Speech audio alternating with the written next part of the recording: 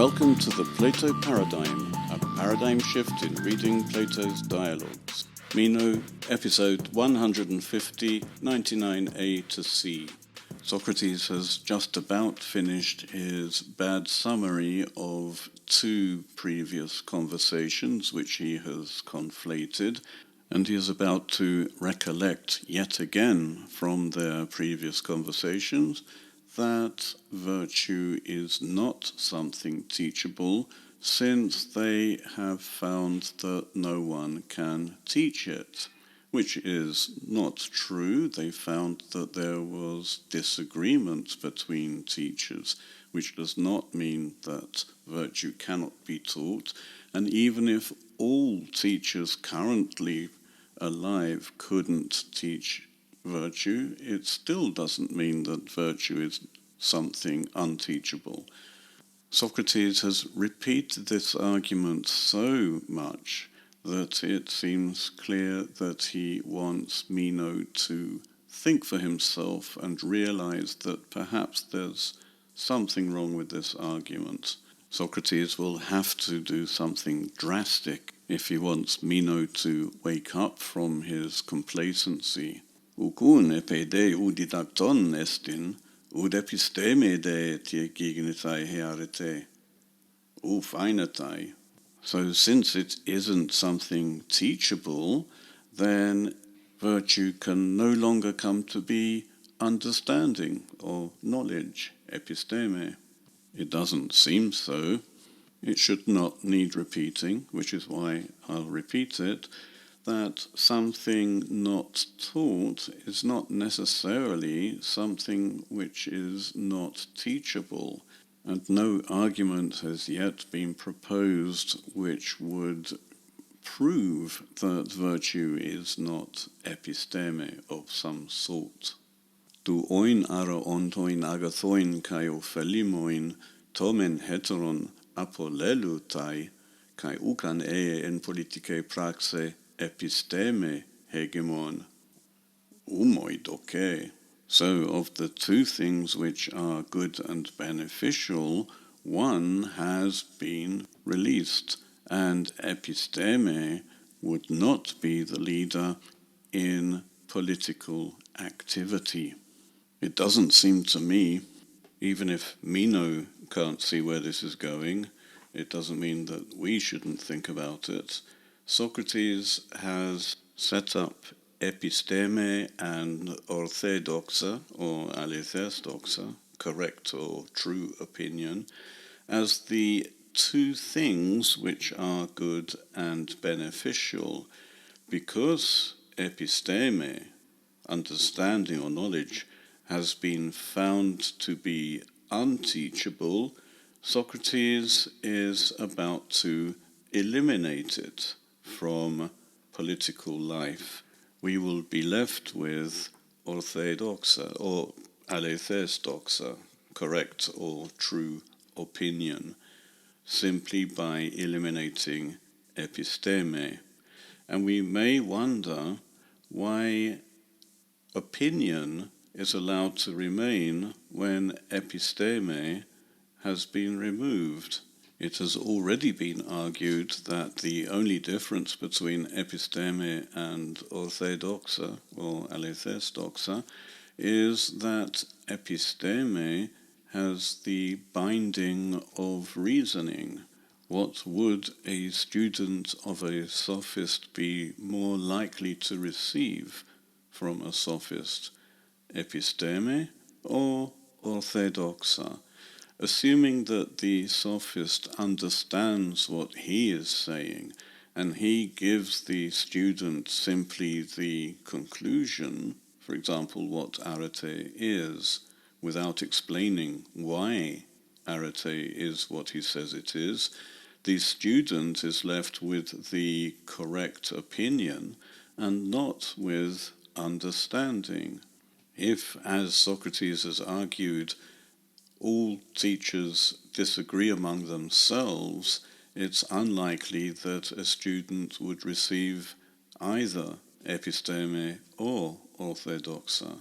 The fact that it is episteme being rejected here is simply because Meno is the one who believes that sophists teach episteme, and it is that belief which seems to have been refuted, and Meno is happy to go along with this process of elimination without thinking for himself.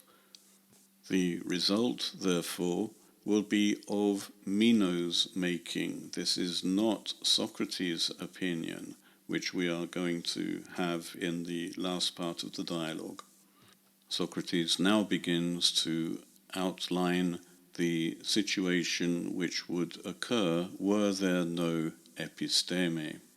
Uk ara sophietini ude sophoi ontes hoi toiutoi andres hegunto tais polisin, hoi amphi themistocleatecae hus arti anitos hode elegen, diode cae uch hoioite allus poien toiutus hoioi autoi esi, hate udi epistemen ontes toiutoi. Eoiken hutos echen, O Socrates, hos leges. So not by some expertise or being experts, such men lead the cities, those such as Themistocles and those this Anytus was talking about just now. Because of this, they are not able to make others such as themselves, in other words, people who can lead cities, since they are not such because of episteme. Socrates continues to misremember. It wasn't Anytus who was talking about all these politicians, but Socrates. It was agreed at the time that these politicians were unable to have their sons taught to be good citizens, and now it's being construed as if the politicians themselves couldn't teach their sons to be leaders of the cities, or in this particular case, Athens. It is also now being construed not that these politicians are unable to teach, but that they have no episteme to transmit to their sons, which is a far stronger claim with no substantial evidence for it. We may imagine a number of reasons for the inability to pass episteme from one person to another, but to resort to the notion that this inability to pass episteme from one person to another is because neither of them has episteme at all is extreme. We're not talking about scientific episteme, which is very hard to come by, but ordinary experience of life, such as knowing where to lead soldiers if you want to get to Larissa. That is a form of episteme. We should note that Socrates says this Anytus, so he's still in the environment, but he is apparently not listening to their conversation. He's probably talking to other more important people in the agora at the moment. He would be very displeased to hear Socrates telling Meno that Athenian politicians don't have episteme. As Socrates points out, if we remove episteme, we must also remove sophia, expertise. One cannot be an expert without episteme. The most interesting point Socrates is making here is that these politicians, despite lacking episteme, are still able to lead the cities. And since he has just called episteme and orthe doxa good and beneficial, and the people who have these good and beneficial, he's implying that the politicians are good and beneficial, and that they lead the cities well and beneficially, but they do it without episteme.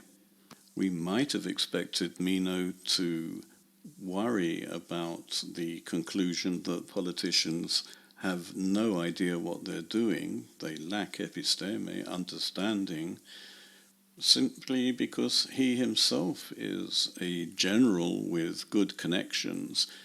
If he had applied all of this to himself, he would have been offended. But evidently, Meno doesn't apply what he hears to himself.